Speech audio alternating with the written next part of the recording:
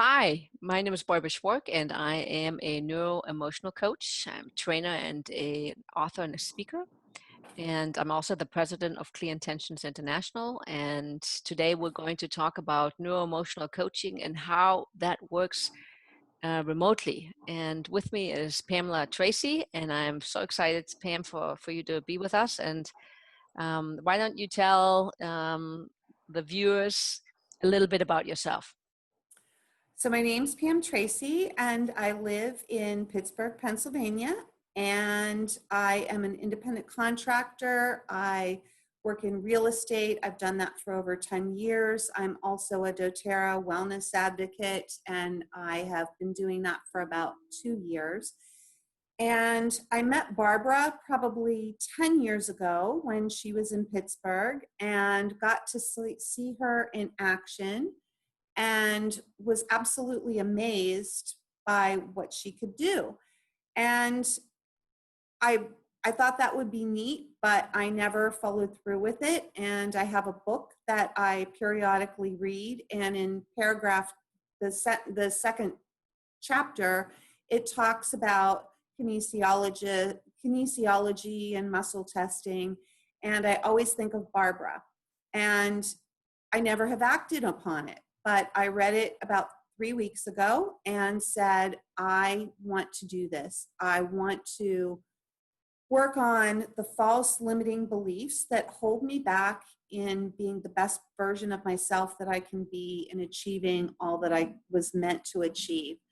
And so I don't know many of those people, and I reached out to Barbara via email and asked her, saying, I know you live in Israel now. That's right. Do you know anyone in Pittsburgh that can do this? And she said, well, I can do that. And I didn't understand how she could possibly do what she did remotely. But I was very open to it and said, okay, let's give it a try. And in the very first session, I realized that, yeah, we do not have to be physically together in order for what she does to work. And it's incredible. It's incredible how quickly she can find out what the root is of the limiting beliefs that are false, that misguide your life and provide havoc and just keep you off of your life's path. So in 2 weeks, I think we've made incredible progress on 2 of my limiting beliefs. Well, awesome. Thank you so much for sharing that. This is precisely what got us to do this video, because a lot of people have asked me, how can you do this virtually? And so thank you, Pam, for allowing us to videotape this so other people can, have a little bit of an experience of how this works. So what we're going to do today is we're actually going to do some neuroemotional coaching, and I'm going to talk a little bit about this whole idea of working virtually.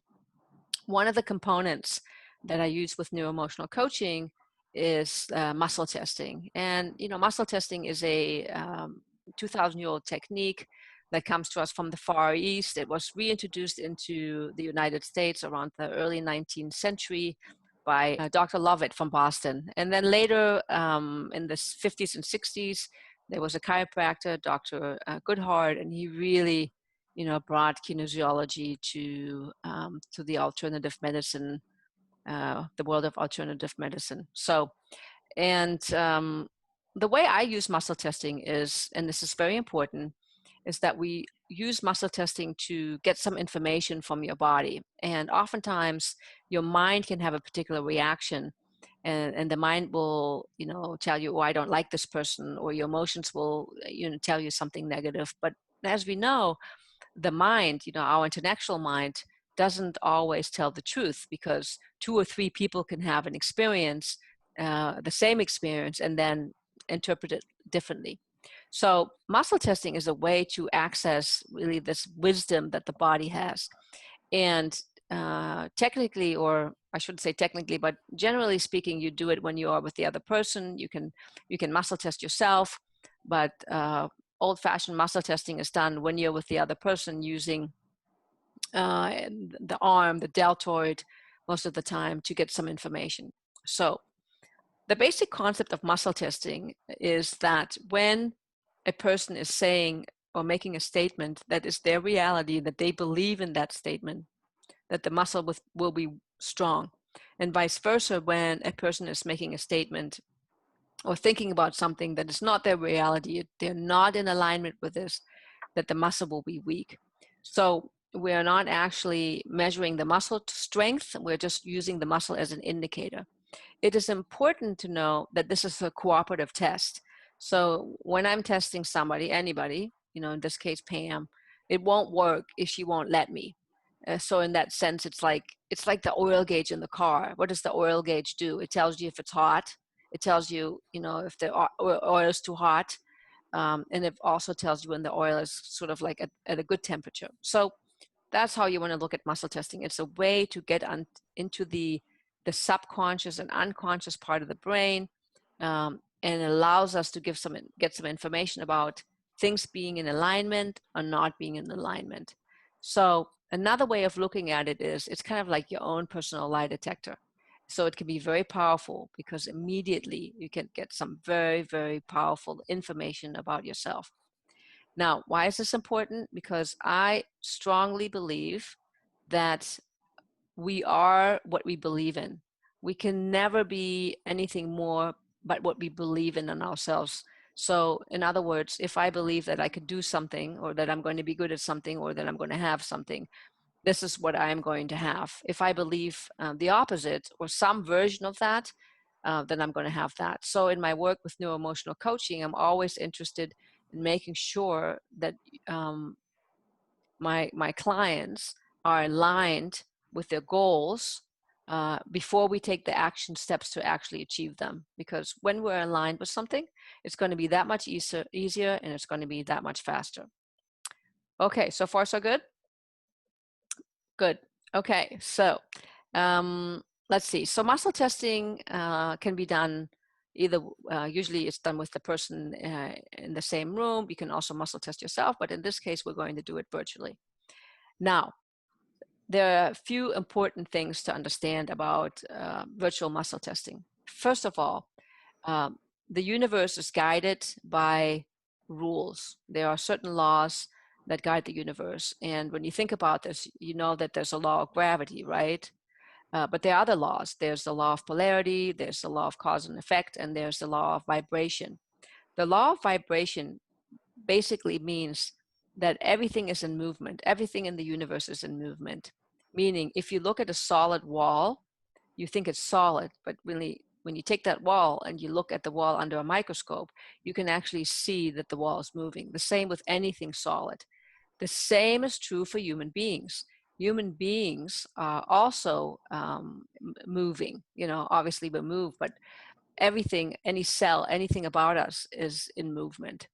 When there is movement, there's always energy traces. So we have everything in the universe is moving, we are moving, and everything has an energy trace and has an energy field. Now, those energy fields are connected. And I understand that, Pam is in Pittsburgh and I'm in Israel, but because of all the energy fields are being connected, what that actually amounts to is that all of us are connected. Now, I know that you already knew that, and it's sometimes difficult to understand when you think about a mother having innate knowledge about their children, about her children when things happen, or premonition or ESP or whatever you want to call it. Those are not things that happen in a vacuum or things that happen by chance. It's because we're actually connected. So the other thing that I need is I need for Pam to give me permission to say, yes, you can go into my energy field and you can work with it. And so what I'm doing actually is like I'm her proxy. So I am muscle testing myself by tapping into her energy field. And unless Pam is sick, or sometimes people are intoxicated and I can't do it, or they're very dehydrated, or something very upsetting happened to them that day, it's like the muscle testing works just as well. It took me a while to understand, okay, because I'm German and I had a hard time with this concept. But here we are, it's COVID-19, and certainly, we're not going to each other's homes regardless of where we live. But because I moved away, and also early on, I had clients from Florida and from New York, from all over, who wanted to work with me. I had to expand my consciousness and to really understand and believe in myself that this works and that I can do it. So that's a little bit explanation about the virtual muscle testing.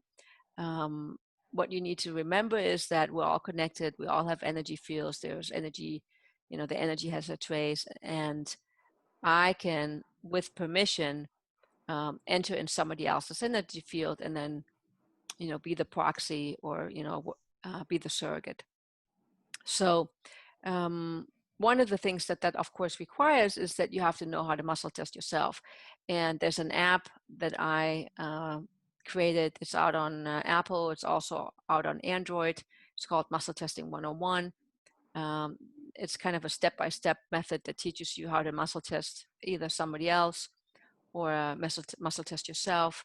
And it's I did it a few years ago, so I didn't have the virtual muscle testing version in it yet, but something to think about. So there's various ways that you can do it. One of the very common ways is to have two rings. Make two rings. You can see my fingers here, and then you pull them apart. One of the rings stays stable, and the other one, you pull it apart. I use one hand that I muscle test myself with, and often, Pam, you can't see it because I do it kind of like under the table, but for today's purposes, I'm going to just have my left hand visible so that you can see what's going on. Okay? Okay. Okay, good. So what I thought we'd do today is that we have a little mini neuroemotional coaching session, and so that you can get a sense of how this works. And Pam has graciously agreed to volunteer. I'm super excited. And we're going to just get started. We didn't rehearse this, and so we'll see what shows up.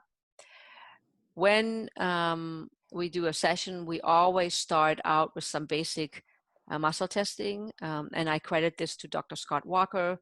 He was the creator of neuroemotional technique, which neuroemotional coaching is based on. I took the technique, added some things, developed it further. But we want to give credit where credit is due. So in the neuroemotional technique principle, or with neuroemotional technique, there's always some things that we do in the beginning. So we start off with the name, and I'm going to have you say, my name is Pam. My name is Pam. And I'm doing the muscle test, and you can see my finger is very strong. It doesn't move. And then I'm going to ask you to say, my name is Susan. My name is Susan. And you can see my muscle test is weak. Now remember, this is totally based on trust, and it's a cooperative test. If Pam doesn't want me to test her, first of all, I wouldn't, but the muscle test wouldn't be accurate. The next thing I'm going to ask you to do is I'm going to ask you to take your finger and put it between your eyebrows. And I'm going to muscle test you, and you can see it's weak. Okay, and you can take it down. This is what's called the polarity point, and it's supposed to test weak. Okay, so that basically means we're ready to go. We did our testing, and we're going to work on, in this case, I'm going to have Pam make an assertion, which is a statement about a belief that she wants to affirm, right? And we're going to just see how it goes. So what is it that you would like to work on? I am capable. Okay. And why is that? Just give everybody a sentence or two of why that is important to you. So I tend to sabotage myself sometimes, or allow other things to get in the way. I feel that sometimes I'm too busy to do the things that I have on my to-do list for today. Okay. And so what I want to do is I want to know that I am capable of doing them. I want all those excuses to be gone. Fabulous. Okay, so Pam's very self-aware, which is this works great when we have knowledge about ourselves. Okay, so I'm going to have you make the statement, I am capable. I am capable. Okay, so you can see here with my muscle test, that it's weak. What that means is, let me say what it doesn't mean. It doesn't mean that you're not capable in any or all areas of your life, but what it does mean is that there's some misalignment, some incongruency about that statement somewhere. And what we want to do is we want to find out, we want to get some information about where there's incongruency. Okay, so what I'm going to ask you to do is I'm going to ask you to repeat the sentence, and I'm just going to test different emotional categories. Okay, so go ahead. Say to me, I am capable. I am capable. Go I ahead. am capable. I am capable. I am capable. I Okay, am capable. so you can't see this, but I'm testing different emotional areas, and where the muscle test went from weak to strong was on the on the lung meridian. So we use the meridians in order to help us get into the emotional categories. Let me just write this down. Left lung. Okay, so your job now is just to be neutral. Think about something, neutral or positive, something that brings you joy, while I am getting some more information about what particular emotion are we is being triggered there. Okay, so we have dogmatically positioned, we have crying, compelled to neatness, defensive. Okay, so this was pretty easy. You didn't see me, but I have a little chart here that I look at, and when I checked for defensive, the muscle test went weak, which means, okay, this is something for us to explore. So now it's the time for Pam to do the heavy lifting. Tell me how you can relate to defensive, and how does that make sense in relationship to that statement, I am capable. So actually, it really makes sense to me right away, as this always seems to be.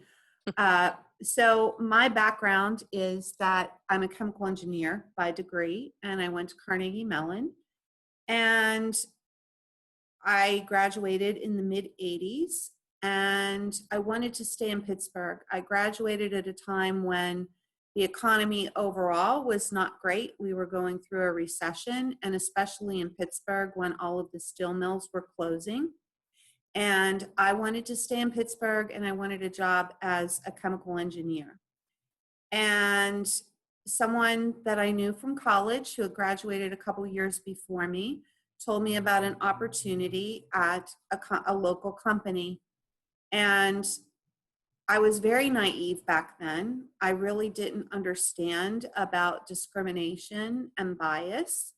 And I really did believe, I mean, this is how naive I was, that my resume was lost 3 times. Wow. But my friend was very adamant about me being given an opportunity to interview. So he hand carried my resume into the human resources department. So I needed to be given an interview. And when I was interviewed, it was for a heat transfer company, and there are 3 main ways of transferring heat. And when the interviewer gave me examples, he gave them to me in the kitchen. And I gave him examples back in industry. Wow. And I was hired. And I worked really, really hard. I had an entry-level position. I was very, I really wanted to succeed. I wanted to, get promotions and be able to really be the best version of myself and give everything that I knew I had inside of me to give to the world. And I would get passed over for promotions. Wow. I was told by someone, why do you work extra hours? You were an equal opportunity hire.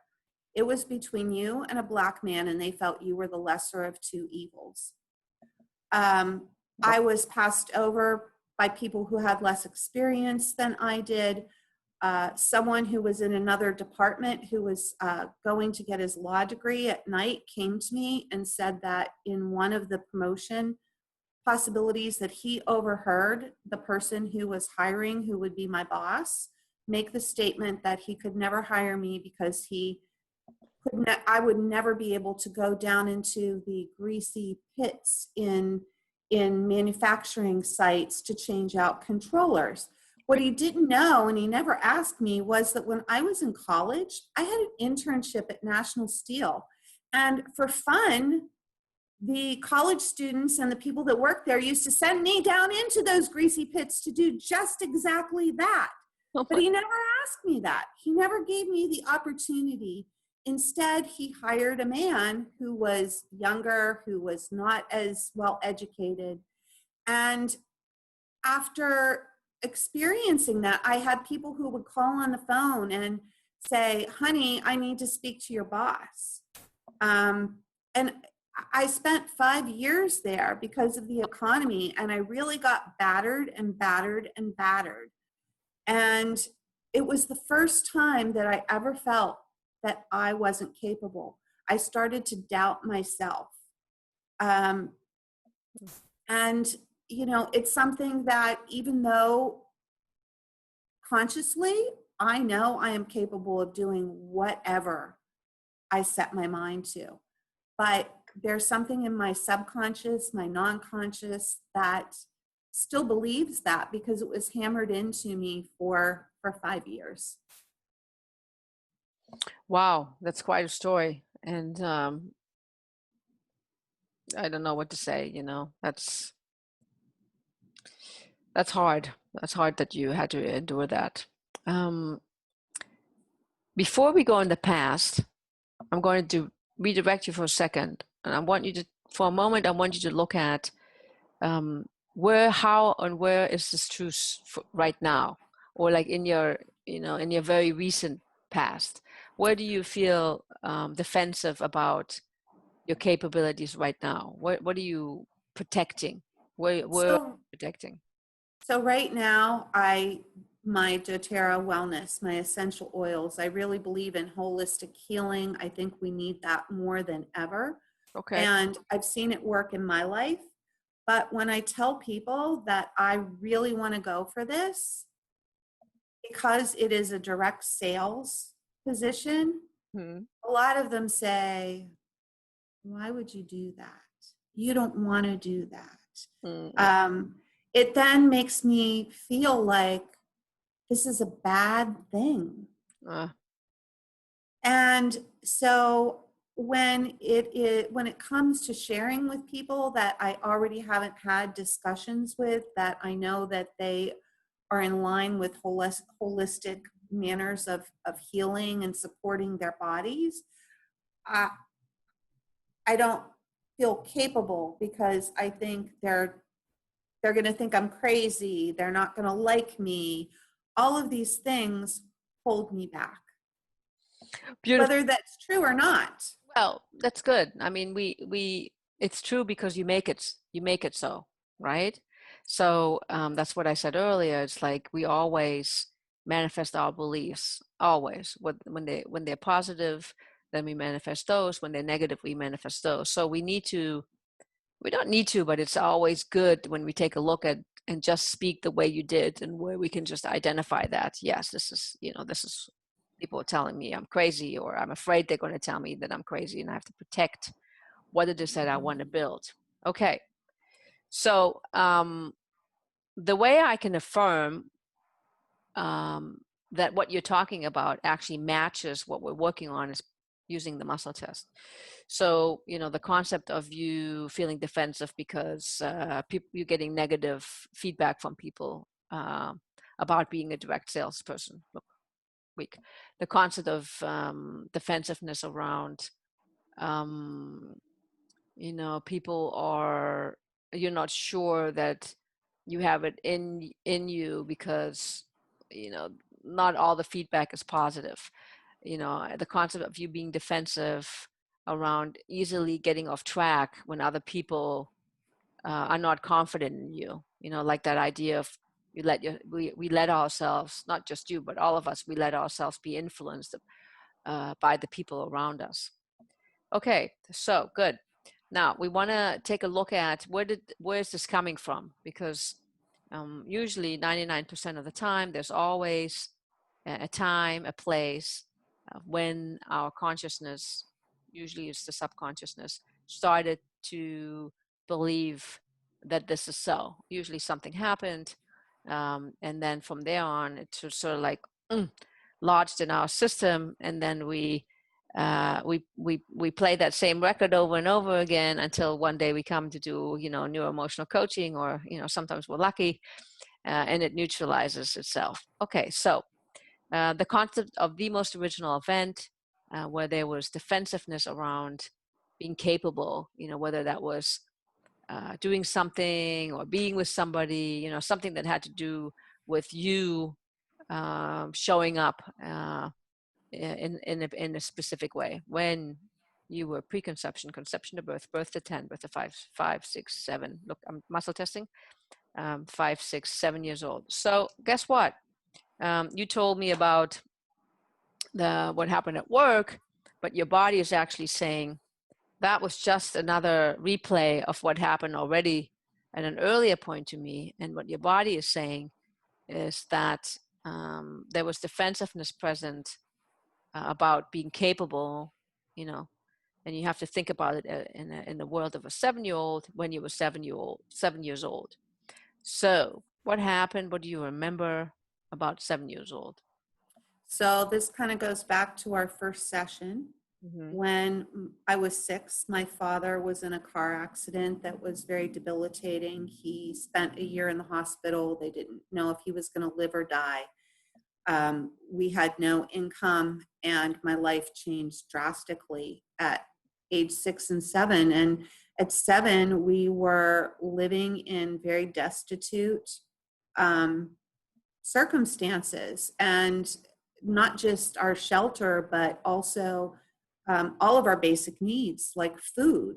And I remember going in and looking in the cupboard and seeing a box of oatmeal and looking at it. Was it full? How many servings were there? How many days could a box of oatmeal feed 3 people?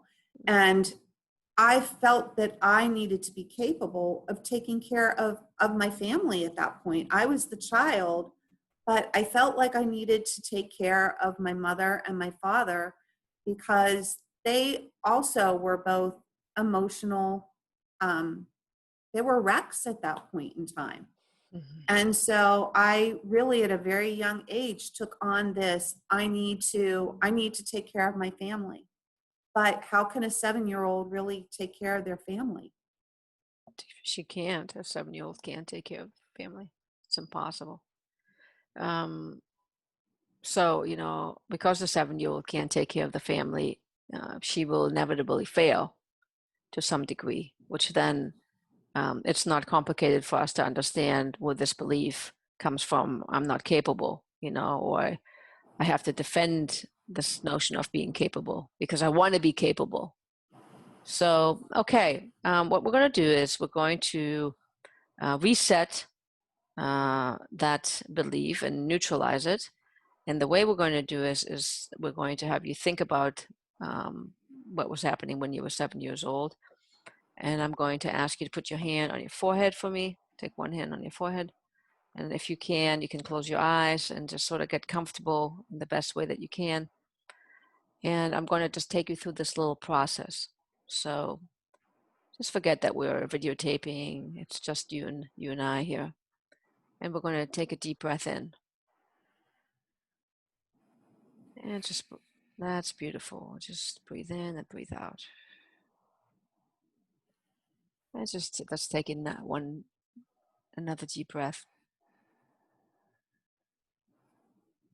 And breathe out slowly. And just one more time. Whenever you're ready, just one more time, take a deep breath in. And breathe out. And just find your center. Look for the stillness, the quiet inside of yourself. We've talked a lot And as you do, just take a moment to thank yourself and appreciate yourself for being willing to take a look and to do this work.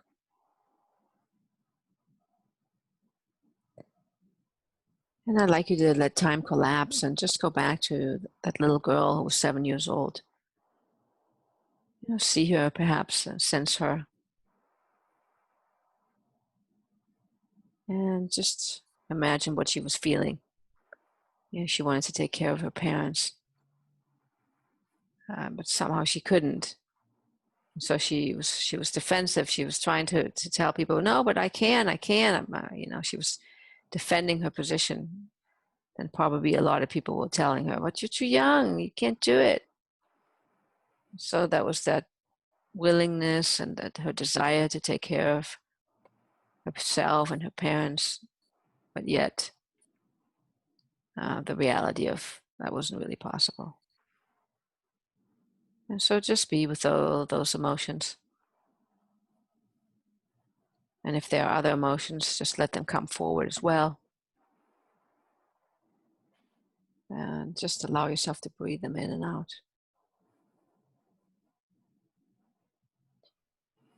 And I'm going to ask you to just imagine that there's a ball of white light right above your head.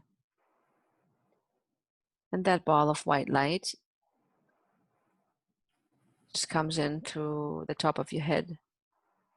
And just imagine that that light flows in through your top of your head. And as it does, it just quickly flows through your body, touching every organ, every cell, balancing everything that needs to be balanced. Every cell, every muscle, every organ, the molecular structure, everything that is touched by this light is just being neutralized, cleansed, and reset. And now imagine that you can switch the color of this light. And so in your mind's eye, just see a different color. And just feel this light flowing through you from the top of your head all the way out your feet, taking any negativity, anything that no longer serves you, with you, out your body, resetting you, rebalancing you.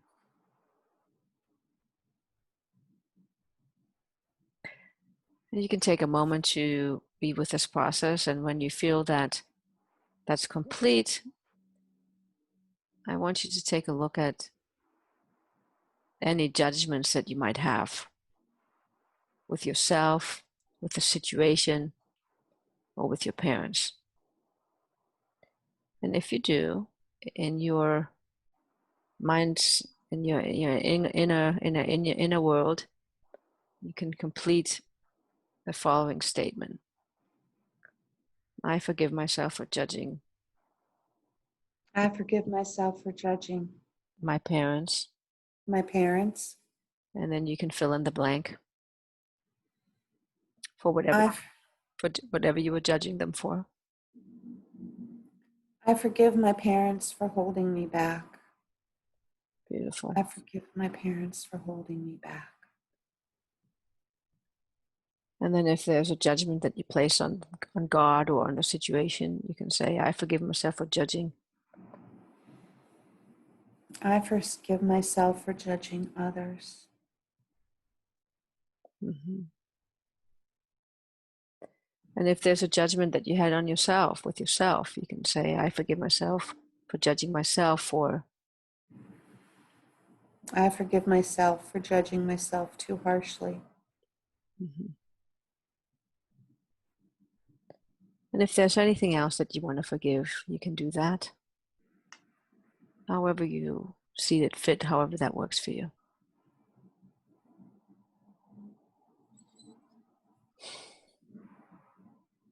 And if you feel complete with the process, you can just take in a deep breath and open your eyes and let me know. And there's no rush. Okay. Woohoo. Okay, so how are you doing in there? While I was in there, it revealed another really big thing that happened when I was 7. Wow. That didn't come out initially. So another thing that happened when I was 7, apparently in first grade, I was very smart, but I also was very bored, so I got in trouble a lot. And my second grade teacher uh, told my parents that she felt that I should skip second grade and go to third grade. Wow. And my parents said no. What? They said no. Why? Do you know? Um, I think that they just they were going through so much at that point in time. Neither of them were very educated people. My father was really bright, but neither of them were very educated. And so I think that they felt that there might be things that I would miss, or I was going to be moved out of my peer group or whatever. Not that I really associated with them, but for whatever their reasons were, again, Hmm. I was being told I'm not capable. Wow. Wow, that's amazing. So, I thank you for sharing. That's exactly sometimes what happens is as we're going through this process, there are the things that show up, and then we get to clear them along as we're clearing the other things.